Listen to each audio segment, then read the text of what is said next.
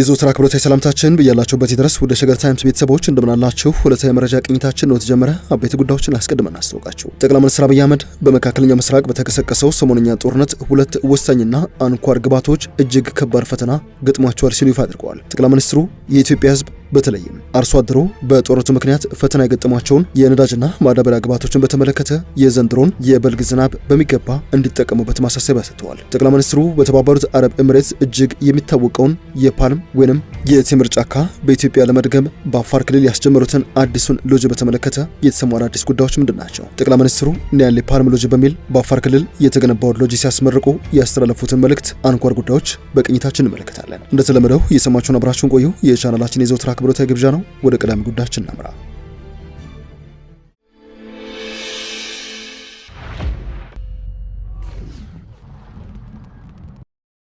በ2010 ዓ.ም ወደ ኢትዮጵያ መንበረ ስልጣን ወጥቶት ጠቅላይ ሚኒስትር አብይ አህመድ በበርካታ የሀገር ውስጥ ፕሮጀክቶቻቸው ከተባበሩት አረብ ኤሚሬትስ ጋር የተቆራኙባቸው አንዳንድ ቁልፍ ክስተቶች እንዳሉ ይነገራል። ጠቅላይ ሚኒስትር አብይ አህመድ ከሰሞኑ በአፋር ክልል የፍል ውሃ እንደዚሁም በተባበሩት አረብ ኤሚሬትስ በስፋት የሚታወቀውን የቴምር ወይንም የፓልም ዛፎችን መሰረት ያደረገ አንድ ውብና ግዙፍ ሎጂ አስመርቀዋል። ይህ ሎጂ በጠቅላይ ሚኒስትሩና በኤሚሬትስ መካከል ያለውን የጠበቀ ግንኙነት እንዴት ሊያስረዳ ይችላል? ከዚህ ባለፈ በመካከለኛው ምስራቅ በተቀሰቀሰው ሰሞነኛ ጦርነት ኢትዮጵያ ከውጭ በምታስገባቸው የነዳጅና የማዳበሪያ ምርቶች የተፈጠረው አደጋ ምን ይመስላል? ጠቅላይ ሚኒስትሩ የሰጡትን ሐሳብ እንደሚከተለው በዝርዝር እናቀራችሁ። ዝግጁ ሆኖ መጠበቅን በበልግ ዝናብ የመሰሉት ጠቅላይ ሚኒስትር አብይ አህመድ ሰው ለለውጥ ራሱን ካዘጋጀ ከትንንሽ ነገሮች በርካታ ጸጋዎችን ለማየትና ለማውጣት ይታደላል ባይ ናቸው። ያ የለውጥ መሻት በውስጡ ከሌለ ምንም አይነት የአማራ ስጦታ ቢኖረንም ያንን ወደ ሀብት ለመቀየር መትጋት አይቻሉም ሲሉ ጠቅላይ ሚኒስትሩ ይናገራሉ። ዘንድሮ አስደማሚ የበልግ ዝናብ እየዘነበ እንደሚገኝ የሚናገሩ ጠቅላይ ሚኒስትሩ አርሶ አደሮችና በአመራር ላይ ያሉት ሰዎች ይህንን ዝናብ እንደዋዛ አይመለከቱትም ባይ ናቸው። የበልግ ዝናብ በዚህ መጠን እየዘነበ ነው ማለት በቀጣዩ ዓመት ጥጋብ እንደሆነ እንረዳለን። የሆነው መልእክቱ ባይ ናቸው። ይህ ጥጋብ እውን የሚሆነው ግን መሬቱን አለስልሶ አርሶ ፈጣሪውን አምኖ ለሚጠብቀው ሰው ብቻ ነው በማለት መሬቱን አርሶ አለስልሶ ለማይጠብቅ ግን ዝናቡ በረከት ሳይሆንለት ያልፈዋል ባይ ናቸው። አብይ የመልእክታቸው ቁም ነገርም ይህን ይላሉ። እኛ ኢትዮጵያን የዘንድሮን ዝናብ ካምናውና ከታቻምነው በተለየ መልኩ ልንወስደውና ልንመለከተው ይገባል በማለት ምክንያታቸው ደግሞ በመካከለኛው ምስራቅ በተከሰቀሰው ሰሞነኛ ጦርነት ሁለት ወሳኝና አንኳር ግባቶች ወይንም ጉዳዮች አደጋ ገጥሟቸዋል በማለት ነው። በጦርነቱ ምክንያት አደጋ ገጠመው ያሉት አንዱ ጉዳይ ነዳጅ ሲሆን ሁለተኛው ደግሞ ማዳበሪያ ነው ሲሉ አብራርተዋል። በሁለቱ ወሳኝ ግባቶች ላይ በተጋረጡ አደጋ ቀዳሚ ፈተና የሚያጋጥመው ምግብ ነው ያሉት ጠቅላይ ሚኒስትሩ በማዳበሪያም ሆነ በኤነርጂው እጥረት ምክንያት ሊጎዳ የሚችለው የምግብ እጥረት የሚያስከትለው አደጋ ነው ብለዋል። ምግብን ለማምረት ነዳጅ ቢያዝብን ማዳበሪያ ቢያዝብን በልግ በዚህ ልክ ከተሰጠን ፈጣሪ በብዙ ሊጎበኘን ፍላጎት አሳድሯል ማለት ነው በማለት የሚረጋገጠው ግን መሬታችን አርሰን አለስልሰን ከጠበቀን ብቻ ነው ሲሉ አስረድተዋል። ጠቅላይ ሚኒስትሩ ኒያሌ ፓልም ሎጂ በተሰኘው የፕሮጀክት ምረቃ ስነ ስርዓት ባደረጉት ንግግራቸው አብይ የኢትዮጵያ አርሶ አደሮች በዓለም ላይ የመጣው ፈተና ከባድ ቢሆንም በርትተን ከሰራን ቢያንስ 2 ሚሊዮን ሄክታር መሬት በበልግ ማረስ ከተቻለ ችግሩን መቋቋም እንደምንችል መረዳት አለብን ሲሉ ይናገራሉ። ለዚህ በምሳሌ ሲያስቀምጡ በ1 ሚሊዮን ሄክታር ብቻ ስንዴ ብናለማ ከዚያ የሚገኘው የስንዴ ምርት ብቻ በሄክታር 40 ኩንታል ቢገኝበት 40 ሚሊዮን ኩንታል ማግኘት እንችላለን ሲሉ ተናግረዋል። በዚህ መነሻ የበልግን እድል ያበላሸ ክረምትም ያመልጧል በማለት ጠቅላይ ሚኒስትሩ ይቀጥላሉ። በአፋር የነበረው ችግር ይሆነው ይላሉ። ተፈጥሮ የሰጠውን ጸጋ ማወቅና ጊዜ መገንዘብ ተስኖን ለረጅም ዘመናት እንዲህ ያለው ገነትና ውበት ሳናየው ቆይተን እንጂ ሌሎች ዓለማት የሚለፉት ትንሽ ቤት ከገነቡ በኋላ ይህን መሰል የፓልም ወይንም የቴምር ዛፍ በየአካባቢያቸው ለመትከል ለመመገብና አካባቢያቸውን ለማሳመር ነው ብለዋል። የፓልም ችግኝ በአዲስ አበባ በሺዎች ብር እንደሚሸጥ በመጠቆም ሎጂው በተገነባበት በአፋር ክልል ግን በሺዎች የሚቆጠሩ የፓልም ዛፎች እንዲሁ በተፈጥሮ በቅለው ይገኛሉ ባናቸው። እኛ ለዚህ ፓልም አልከፈልንም፣ ለዚህ ፍል ውሃ አልከፈልንም በማለትም እኛ የሰራነው ጎጆ ነው። ጎጆው ከተፈጥሮ እንዲስማማና ይህን ውበት እንዲያመጣ ብቻ አደረግን ባናቸው። ልክ እንደዚሁ የዘንድሮን የበልግ ዝናብ ያለሰለሰና ያዘጋጀው አርሶ አደር በሚቀጥለው ዓመት ኢትዮጵያ ውስጥ ችግርና ረሃብ እንዲመጣ ስለሚያደርግ ወቅትና ጊዜ መጠቀም ትልቅ ልብስና ትጥቅ መሆን አለበት ሲሉ መልእክት አስተላልፈዋል። አብይ ለዚህ ደግሞ አፋሮች ላብ ወርቅ ያስገኛል፣ ስንፍና ግን አቧራ ያስተቅፋል የሚለውን አባባል ይጠቀማሉ። ጠቅላይ ሚኒስትሩ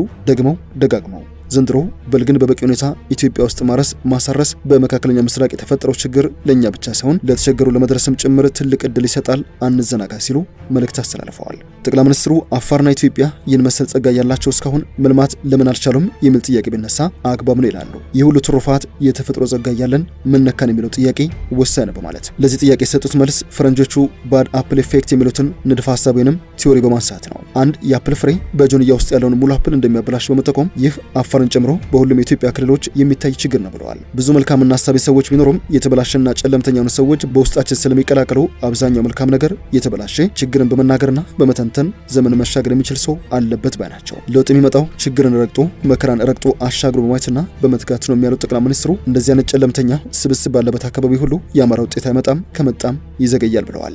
በኢትዮጵያ በፈረንጆች 2006 የተደረገ ጥናትን በመጥቀስ በቡድን ስብስብ ውስጥ ያለ አንድ ጨለምተኛ ሰው የቡድን ውጤት በ40% እንደሚቀንሰው ጠቅሰዋል። በ130 ሚሊዮን ሰው ምን ያክል ጨለምተኛ እንዳለ በማስታወስ አብዛኛው መልካም ሀሳቢ ቢሆንም በኢትዮጵያ ጨለምተኞች መኖራቸው ውጤቱ የዘገየ ሆኗል ባይ ናቸው። ጨለምተኝነት ትውልድ ይገላል፣ ሀገር ያዘገያል። መለወጥ፣ ማደግ፣ መሻገር ስንችል የምንለምን የምንዘገይ ያደርገናል ሲሉም አስጠንቅቀዋል። ጠቅላይ ሚኒስትሩ ለጆን የገነቡበት የአፋር ክልል አካባቢ ከ2 እና ከ3 ዓመታት በፊት መንገድ ያልነበረበትና አሁን ያለውን መልክና ቅርጽ ይዛል ተብሎ ሊታመን የማይችል እንደነበር አስታውሰው ነገር ግን በተከታታይ ጥረት በምንም መስፈርት ሊናቅ የማይችል መልካም ዘር ተዘርቷል ነው ያሉት። መልካም ጅማሮ የታየ ቢሆንም አሁንም አፋር ውስጥ መሰል ስራዎች እንደሚያስፈልጉ ገልጸው አረሙን ለማጥፋትና ዘሩን ለማብዛት ብዙ ስራ እንደሚጠይቅም አመላክተዋል። እንደዚህ ያለውን ተፈጥሮ በማልማት ከሌሎች አካባቢዎችና መስህቦች ጋር በማስተሳሰር ትልቅ የቱሪስት መንደር እንዲሆን የተዘራውን ዘር መንከባከብ ይገባል ሲሉም አሳስበዋል። ኒሌ ፓልም ሎጅን የተረከበው ኩሪፍቱ ሪዞርት አካባቢውን ትልቁ የቱሪስት መንደር ለማድረግ የበኩሉን ይጫወታል ሲሉም የቤት ስራ ሰጥተዋል። ጠቅላይ ሚኒስትር አብይ አህመድ በኢትዮጵያ የሰሯቸው ወይንም በበላይነት የመሯቸው ፕሮጀክቶች ቀላል የማይባሉት ከተባበሩት አረብ ኤምሬትስ ጋር ወይ በግንባታ ዲዛይን አሊያም በገንዘብ እርዳታ እንደሚቆራኙ ይነገራል። አብይ ከሀገሪቱ ጋር የጠበቀ ቁርኝት የፈጠረው የኢትዮጵያ ቀዳሚ መሪ ሳይሆኑ እንዳልቀሩ ይነገራል። ወይንም ደግሞ በኢትዮጵያና ኤምሬቶች መካከል ያለው ግንኙነት ወደ ላቀ ደረጃ ወይንም ወዳጅነት ያሸጋገሩ። መካከለኛ ምስራቅ በጦርነት የተናጠ እርሳቸው ወደ ኤምሬትስ ያደረጉት የቅርብ ጉዟቸው ይህንን በጉልህ ያሳያል። ከዚህ ውጭ ጠቅላይ ሚኒስትሩ በኢትዮጵያ ለሚያከናውኗቸው ልማቶች ከፍተኛ የገንዘብና የቴክኒክ ድጋፍም ታደርጋለች። የተባበሩት አረብ ኤምሬትስ በወታደራዊ ዘርፉ የጠቅላይ ሚኒስትር አብይ መንግስት ቴክኖሎጂ በማስታጠቅ ግንባር ቀደም ሀገር እንደሆነችም ይነገራል። ኤምሬትስ በቴምር ወይንም በፓልም ምርት የምትታወቅ የምድራችን ሀገር ነች። ሀገሪቷ 40 ሚሊዮን የፓልም ዛፎች እንዳሏት ይነገራል። የዛፎቹ ዝርያ ወደ 160 እንደሚደርሱም ነው የሚነገረው። ተከታዩዋ ሳውዲ አረቢያ ስትሆን 34 ሚሊዮን ቴምር ወይንም የፓልም ዛፎች እንዳሏት ነው የሚነገረው። ቴምር በኤምሬትስ መንደሮችና ጎዳናዎች ዳርና ዳር ኦኤሲስ ብለው በሚጠሯቸው በረሃ ላይ በተሰሩ አረንጓዴ መሬቶች እንደዚሁም በፓርኮቻቸውም ጭምር በስፋት ይታያሉ። የተባበሩት አረብ ኤምሬትስ በነዳጅ የናጠጠች ሀብታም ሀገር ከመሆኗ በፊትም የሀገሩ ሕዝብ በብዛት ይመገብ የነበረው ቴምር ወይንም ፓልም እንደነበረ ይነገራል። በነገራችን ላይ ቴምር ለኤምሬትስ ህዝብ ምግብ ብቻ አይደለም ማንነትም ጭምር እንጂ። ረመዳንን በመሰለው ወቅት የጾም መግደፊያቸው ቀዳሚው የቴምር ምርት ነው። በባህላቸውና በመልክዓ ምድራቸው ላይ በስፋት ሲንጸባረቅም ይታያል። ምን ብቻ ፓልም ወይንም ቴምር ጁሚራ የተሰኘ ባህር ላይ የተዘረጋና በቴምር ዛፍ ቅርጽ የተገነባ እጅግ ዝነኛ ሎጅም ገንብተውለታል። ከሁሉም አልፎ ተርፎ ደግሞ ቴምር ወይንም ፓልም ለሀገሪቷ ባለፉት ዓመታት ገንዘብም ጭምር እየሆነ መጥቷል። ቴምር በተለይም በጾም ወቅት ዋጋው ጣሪያ የሚነካ ተወዳጅና ተፈላጊ ምርት እየሆነ መምጣቱ የተባበሩት አረብ ኤምሬትስ ከነዳጅ ውጪ ወደ ባህር ማዶ ከምትልካቸው ምርቶቿ መካከል አንዱ ግንባር ቀደም ሆኖ ይመዘገባል። የንጉሳን ቤተሰቦቹ ሀገር ቴምር ወይንም ፓልም ኤክስፖርት በማድረግ በዓለማችን ከ5ቱ ቀዳሚ ሀገራት መካከል አንዷ እንድትሆን አድርጓታል። በዓመት እስከ 236 ሚሊዮን ዶላር ድረስም ከቴምር ኤክስፖርት እንደምታገኝ መረጃዎች ያሳያሉ። በፈረንጆቹ 2004 ብቻ 253,000 ቶን የፓልም ምርት ኤክስፖርት ያደረገች ሲሆን በቀዳሚነትም ወደ ህንድ ከዚያም ወደ ሞሮኮና ወደ ኢንዶኔዥያ የምትልክ ሀገር ነች። የተባበሩት አረብ ኤምሬትስ የአፍሪካ አጋር የሆኑት ጠቅላይ ሚኒስትር አብይም በፓልም ዛፎች የተከበበውን የአፋር ክልል ፈልገው አግኝተው ኒሌ ፓልም ሎጂ የተሰኘ ፕሮጀክት አስገንብተዋል። የመረጃ ቅኝታችን ጉዳዩን ባደመጣችሁት መልኩ ተመለከተው። ስለሰማችሁን አመሰግንን። በያላችሁበት ሰናይ ጊዜ።